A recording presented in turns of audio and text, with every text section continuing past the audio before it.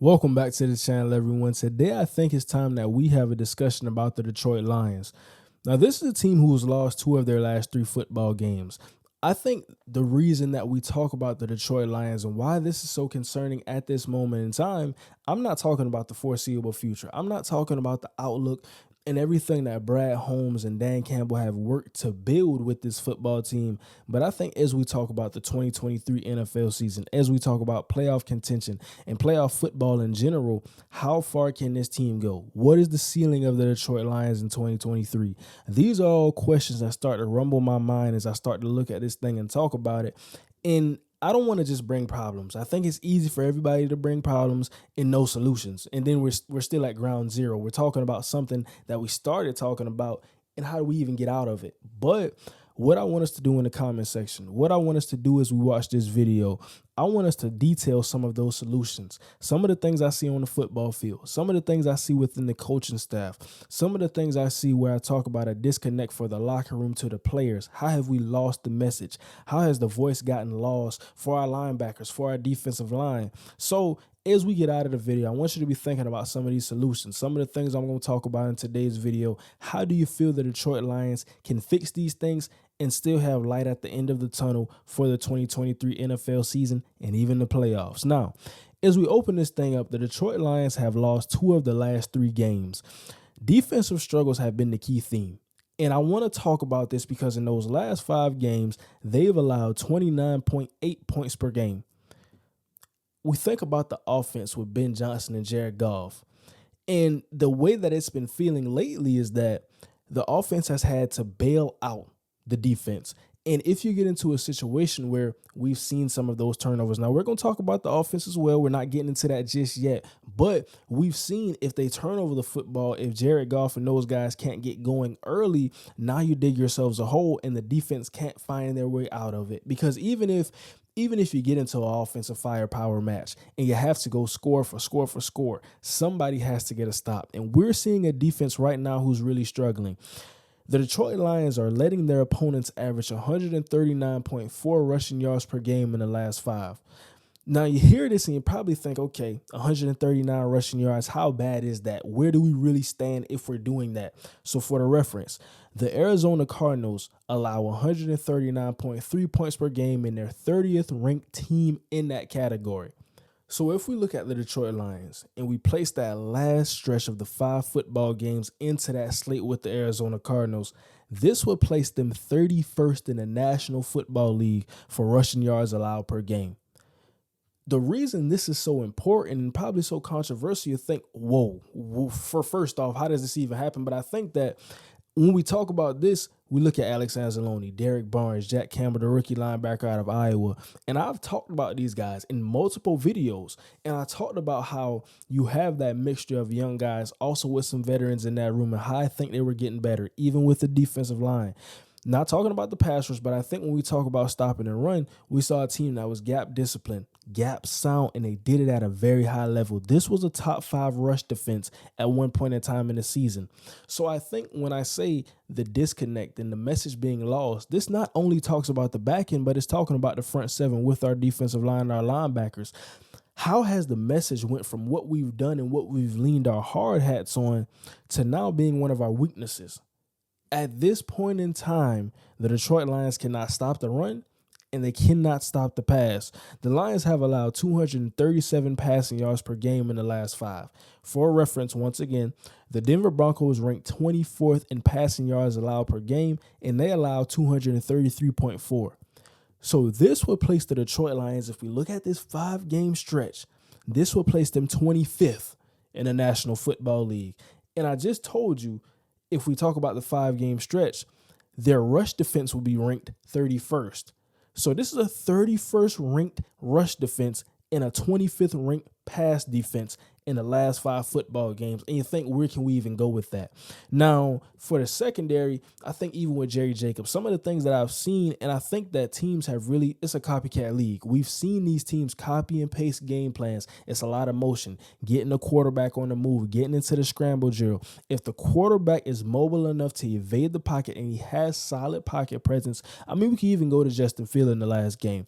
This was a guy who was consistently scrambling out of the pocket. They had some design runs mixed in there. They had the sprint outs. They had the play action boots. And we saw a defensive line that could not match that athleticism of a guy like Justin Fields. We saw a defensive line that could not match the athleticism of a guy like Jordan Love. And it's not even with a guy like Justin Fields who can run a 4-3, 4-4. It's not just getting out of the pocket, getting on the run. It's a situation where, okay, if we're mobile enough to evade in the pocket, that's the biggest problem when you're scrambling for 5 yards, you're scrambling for 7 yards, 10 yards even. So I think that not only puts the prowess of stopping the run and trying to stop the pass and trying to stop these mobile quarterbacks on our linebackers, they're trying to overcompensate. And I think we're seeing that because in the run game, they're not as honed in and as on point as stopping the run and being in their run gaps. These are things we have to talk about. And I think even for the defensive line, having that lack of talent. Now, James Houston is set to come back in a couple weeks. Hopefully he comes back and he's still looking like the problem and a problem on the football field. But I think even with that being said, Bruce Irvin, some of the guys we're seeing on this football team, Charles Harris, it's just not a defensive line that has consistently gotten after the quarterback. When I talked about this thing a couple weeks earlier, I said it's Aiden Hudson and then it's Aleem McNeil. That's your defensive tackle. Now, this is not a knock on Aleem McNeil because he's playing like one of the best defensive tackles in football. But when we talk about getting after the quarterback, our second best pass rusher, unless you're Chris Jones or Aaron Donald, should not be a defensive tackle. Point blank, period. So when that's one of the things that you have on a football team, and I just talked about some of the things you have with the running game, how have we gotten to a situation where we were so good at this and now struggling in that aspect? So I want to talk about that. That's the first thing. And I think when you talk about how can you fix things defensively, it starts with the run. This was not a team because Jerry Jacobs has struggled in the back end. They've struggled to communicate with a Tracy Walker, with a Kirby Joseph, some of those safeties in the back. And I think C.J. Gardner-Johnson, if all hope is well, wishing a speedy recovery for him, he may be set to return in the back end. But outside of that, I mean, Cameron Sutton has been the best guy in this secondary for me. And we can't forget about Brian Branch in the nickel spot. Very, very good guy. So I look at those two guys. I think they've been good. But outside of that, we've seen people struggle in the back end. And I mean, even those two guys, Cameron Sutton, Brian Branch, they have struggled. No player is perfect, but I think when we talk about the struggles, some are exacerbated more than others due to positions. And just getting out of that, talking about something else before we get into the offense, if we want to talk about how can we salute this and how can we fix this problem with the defense, I think that you understand what you're really good at. Some of the things you know you struggle against, let's stop running as much man coverage. Let's get into some more quarters look, things that we don't have to really decipher and dilute different guys. If we're trying to mix and match these things, if we're playing these match zone concepts, and now we have to understand all these rules. If he releases inside, now I take him. If he releases outside, I get my eyes on 2. I get my eyes on 1. These different types of things. Try to get out of that a little bit. I think simplifying is better. When you have a struggling defense, you simplify it and you do what you do really well more often. I think that's one thing Aaron Glenn can look at and just trying to get that voice back heard. Now, I want to know what you guys think in the comments. Is it an Aaron Glenn problem, or is this a problem where the players have not really been as focused on attention to detail lately, talking about linebackers in the secondary? I think that's why I start with the defense when we talk about them being in a world of trouble, because you match up with some of those teams. I mean, we saw it against Baltimore. And that's not to say that Lamar Jackson and Todd Monken didn't have a great game plan on the day. But I think when you want to be one of those elite football teams, when you want to be in that conversation, that can't be accepted. Now, there is a matchup coming up very soon against the Dallas Cowboys, an offense who is humming, and I have a film breakdown coming out on Dak Prescott very soon. So that's going to be another one of those targets, another matchup where you look at it and say, can we beat a football team like this? What can we do defensively? Will we try to simplify some of these things, and will that help us succeed against an offense like that who's playing so well? I think another thing that I would like to say when talking about the defense, San Francisco's of the world. All of the talent they have, you can't just go concept for concept and say our scheme is going to be better than their scheme because you don't have the talent for talent. Simplify some of those things. Try to give different looks, but also keeping it simple. If you want to run cover 3, give them a 2-high look. Drop a safety down, but still run cover 3. And it's still simple, but you're making it look a little different for Brock Purdy. If you want to bring a pressure, make it simple. Make it a situation where you don't have to think, okay, if this tight end, if George Kittle, for example, if he blocks and releases, that's not all the onus and prowess on a Jack Campbell. gamble to pick him up in a situation like that because they're so prevalent at running the football with a Christian McCaffrey. So many responsibilities, and he is a rookie. Now, Alex Anzalone, Derek Barnes, more veteran-laden guys, but I still think it's something that can help that group, even the secondary and the defensive line. Now, getting to the offense, I do want to talk about this because I think turnovers are killing this offense. And when I talk about a defense who's struggling the way they've played, and when they won some of these football games, you win 31-26 versus the Chicago Bears. You win 41-38 versus the LA Chargers. That's the offense making up for those defensive deficiencies.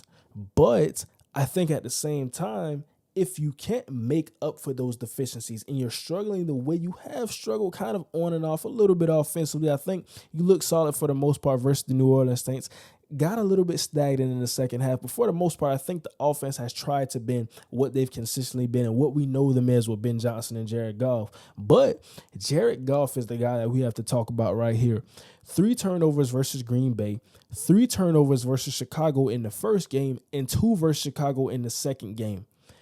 Turning over the football for Jared Goff, and it's been fumbles, it's been interceptions. I can even go to the game versus the Chicago Bears in last Sunday. You have cover 2, and you got to understand, I believe it was Sam Laporta on a corner route. If you see Jalen Johnson in a situation where we have that safety over the top, he's in that deep half, understand if there's no work underneath, why would Jalen Johnson not come over and play the teaching tape of cover 2 and pick that thing off right underneath it? Those are the types of things I'm just not used to seeing from Jared Goff. And to see a pick like that, now that's different from a tip pass. That's different from a situation where, okay, we're down fourth quarter. We have to push the football down the field and maybe a safety deep, one high. Maybe he picks off the football. That's a situation where the defense outthinks you and they're better in that situation. That's just better football by the defense and worse football by Jared Goff not being able to see something like that. So I think it all starts with him protecting the football.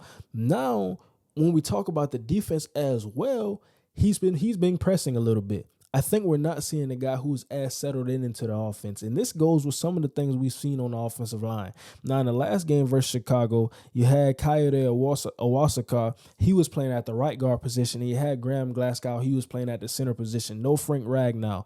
And I think the biggest thing with that is we saw the Chicago Bears attack that. Now, even for them, now this is not talking about the Chicago Bears, but the addition of Montez Sweat. We're seeing the works of that, and we're seeing the works of some of the things with Matt Eberflus, a defensive-minded head coach. He's making those guys look a lot better in the back half of this season. But I think we talk about this offensive line protection, and it stemmed back to the Baltimore Ravens game for me. In that game, that was a game where I spotted really a lot of guys struggling. It was a Vaitai struggling. It was a Penei Sewell struggling, a Taylor Decker struggling. Talking about the offensive line, and we see how you can attack these guys. If you bring the pressures, if you bring the delayed blitzes, if you stunt the defensive line. Todd Monken and Mike McDonald have showed a lot of things that a lot of teams have implemented when facing the Detroit Lions. We're seeing the blitzes from those nickel positions. We're seeing the delayed blitzes like I just said. We're seeing everyone try to stunt and slant their defensive line, and it's been working. So now when you have a situation like that, I think this talks about why some people are dissatisfied with Jared Goff. Now, I don't think the problem is that Jared Goff is a bad quarterback, but we've seen if we have the slightest inconvenience, and this talks about the ceiling of the Detroit Lions, this talks about the ceiling of Jared Goff. If we have the slightest inconvenience within our offensive line protection, Jared Goff can't extend plays. He simply can't. This is not a knock. This is something that we all know when we talk about the Detroit Lions. He's not an athletic football player. Now, he can make some of those throws. He can make a lot of those throws. He was the #1 overall pick. He can read defenses. He can be decisive against different coverage looks, and he can push the football down the field. He can give you a great touchdown to interception ratio, but he's not athletic. I mean, this is a guy who's hovering around that 4.8, 4.95 flat range when we talk about the 40-yard dash. So to see the lack of play extension, I think it has hurt this offense. And that's why maybe we have some of those Hendon Hooker rumblings. That's why maybe we have the conversation about should we extend this guy? It's not that he's a bad quarterback. It's about how much would we have to structure around him for him to be a guy who's most successful. And when you have that conversation about some of these quarterbacks in today's NFL, when we look at the dual threats, we look at the Jalen Hurts, the Patrick Mahomes, the Josh Allens of the world, I think that how can you pay a guy as much money as he may command when he does not have that improvisation skill like some of those guys have? And it's just a question that you have to talk about, and why in these situations you're trying to look for some of the talent to overcome some of the issues with the team. But like I said, with a guy like Jared Goff, he's just not the most physically gifted guy outside of his arm. So I mean, what we're seeing is, I think from Chicago, we saw a lot of blitzes. They really tried to heat him up. Tremaine Edmonds, TJ Edwards, guys who were getting after the quarterback. But also, we saw when we play some of those different coverages, and if we get up in the faces of those receivers, a Jamison Williams, who's not the most physical guy off the line of scrimmage, now we're saying, okay, you're going to try to dump this thing off to Sam Laporta. You're going to try to dump this thing off to Brock Wright, maybe even Jahmyr Gibbs, but you can't go deep. And if you try to go deep, now you don't have enough time in the pocket. So it's hard when you say, okay, the intermediate's not truly going to be there because they're playing so aggressive. And also with them playing aggressive, even if we do have the receivers who can get behind guys deep in the secondary, like a Jamison Williams, like an Amara St. Brown, who's just a mismatch nightmare, it's still at the same time saying we got to understand, how much time do we really have? And even if we don't have the best time, even if we do have solid protection, how many times can Jared Goff extend the play, improvise, get outside of the pocket, and create some other things outside of the structure of the offense? Just not that many times. So I think that's my biggest thing that I'm seeing with the offense. Struggling because when things aren't going the way they're supposed to, and when you have to press a little bit like Jared Goff has tried to press. Now, I think even in the last game, even in a couple of last games, they've been able to run the football solidly. I think I look at the game versus the Chicago Bears on Sunday. Jahmyr Gibbs had over 60 yards. David Montgomery had over 60 yards. You're looking at 120 yards plus combined with your two big-time guys, your running back tandem and your duo. So it's not like they can't lean on the run game, but I think with the defense, like I said, you get behind in some of those games. How much times can you run the football? Let a David Montgomery get up to 20 carries, 25 carries, if even. I think he's that type of back, and it just hasn't been that. But I want to know what you guys think down below in the comments. I think that I've detailed a lot. I mean, I know there's some Detroit Lions fans who understand everything I've said. If you've watched this team, if you really paid attention to your team, you understand everything I've said. If you're a new viewer, consider subscribing. We're on the road to 10,000 subscribers. We do film breakdowns. We talk about post-game, pre-game analysis. We do it all on this channel. When we even get to the NBA, some other sports. But I think for today, I really had to talk about this. It's been on my mind. As I'm recording this, it's 4:40 a.m. It's truly 4:40 a.m., but I think that just goes to show how I've really wanted to talk about this, and I had to find the right time because, like I said, I got some film breakdowns coming out. I got a very interesting video coming out talking about those Chicago Bears as well, the rival team. What should they do at that quarterback position with that #1 overall pick? Be ready for that video. But that's going to do it for today's show. I think I talked about some of the problems, some of the things we can fix with the offense, like I said. Not having to press, and I think it all starts from the defense. The defense can help the offense. They can run the football more. It can be run patterns. Now you get into a play action. Now you get into a situation where the defense can't be as aggressive because now we're saying we got to put everybody into the box. We got to be in a situation where we can't really blitz. We can't pin our ears back, get after the quarterback. I think that helps the offensive line. That leans into some of their skill sets and some of their strong suits, like a Penei Sewell being physical in the run game, and I think that can help it. That I want to know what you think down below in the comments. This is one of those videos, not just talking to myself. I want to know what you think on this one. Once again, don't forget to like, comment, and subscribe on the video. That's going to do it for today's video. And now, yeah.